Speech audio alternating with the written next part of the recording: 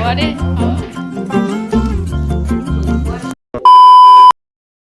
Hello friends, good morning. সকলে কেমন আছো? আশা করি ভালো আছো। আর আমি আছি মোটামুটি ভালো। কিসের গন্ধ?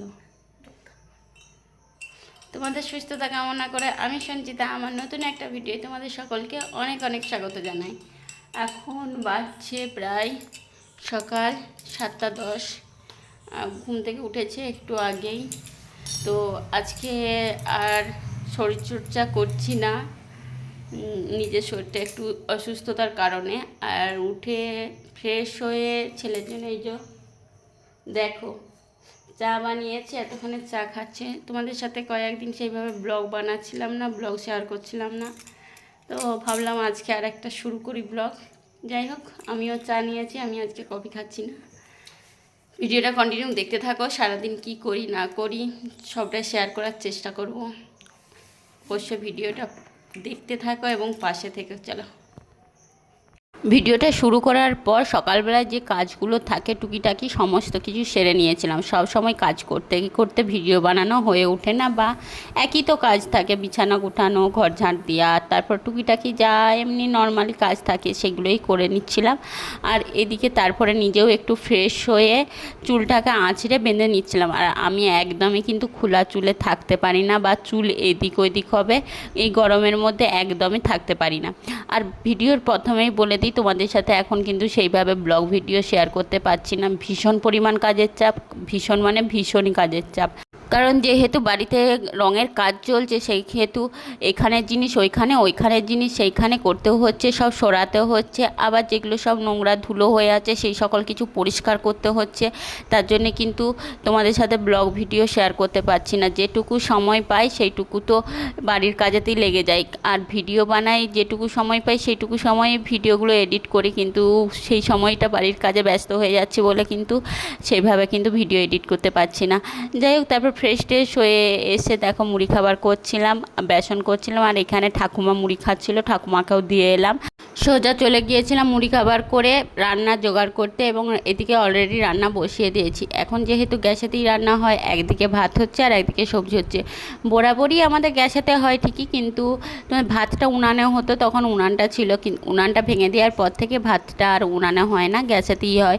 তার জন্য এদিকে গ্যাসেতে ভাত হচ্ছে আর এদিকে সবজিগুলো বানাতে শুরু করে দিয়েছি। আর মা সবজিগুলোকে কেটে দিয়েছিল, তারপর আমি ধোয়া বাগানো গুছানো যা যা থাকে সমস্ত কিছু করে রান্না করতে শুরু করে দিয়েছি। তোমাদের সাথে আজকে এই ভিডিওটা শেয়ার করি। আমাদের বাড়িটা বানাতে কতদিন লেগেছে, কেন লেগেছে, কতদিন লেগেছে এর আগের একটা ব্লগে বলেছি।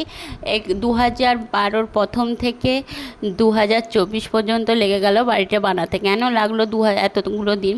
লোন না নিয়ে বাড়ি বানাতে একটু সময় তো লাগে, কারণ তোমাদের দাদাভাইকে আমি লোন নিতে দিইনি।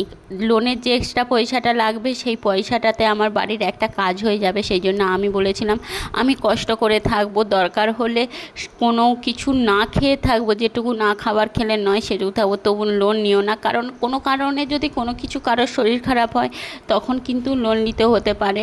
তাহলে সেখানে একবার নিয়ে নিলে আবার কোথা থেকে পারবে, তখন তো একদমই চলবে না। সেই জন্যেই কিন্তু এতগুলো দিন সময় লাগলো। তাছাড়াও এর মাঝেও কিন্তু তোমাদের দাদাভাই অনেক কিছুই করেছে।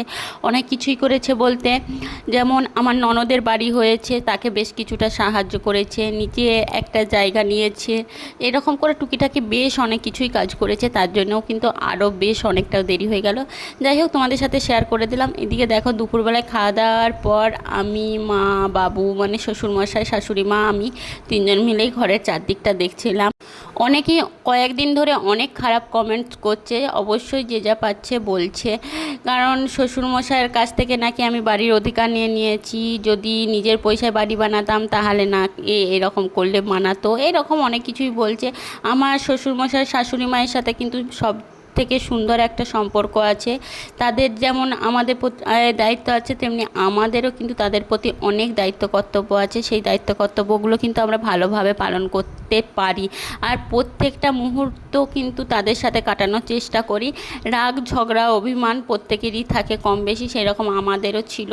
তো সেই সকল নিয়ে অত ভাবি না। মাঝে মাঝে হয়তো খারাপ লাগে ঠিকই, কিন্তু হলেও কিন্তু সবসময় ভাবি না। তাদেরকে নিয়ে আমাকে থাকতে হবে আর আমাকে নিয়ে তাদেরকে থাকতে হবে, কারণ তাদের একমাত্র বৌমা যেহেতু আমি, তাদেরকেও কেউ করবে না, আর আমাকেও তারাই দেখাশোনা করবে, তার ছেলে যেহেতু বাইরে থাকে। আর এদিকে দেখো আমার ছেলে কিন্তু দুষ্টুমি করতে শুরু করে দিয়েছে, কেমন রং মিস্ত্রিদের ব্রাশগুলো নিয়ে।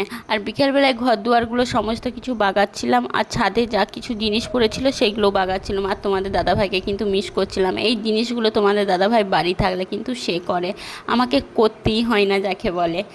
সন্ধ্যাবেলাতে মেঘ ধরেছিল, বৃষ্টি পড়ছিল, আর এইদিকে ইলেকট্রিক ছিল না। আর সবাই মিলে দেখো বসে পড়েছি পাঁপড় বানিয়ে খেতে, আমি, মা, ঠাকুমা, আমার ছেলে আর শ্বশুরমশাই বাইরে বেরিয়েছে কাজের জন্য।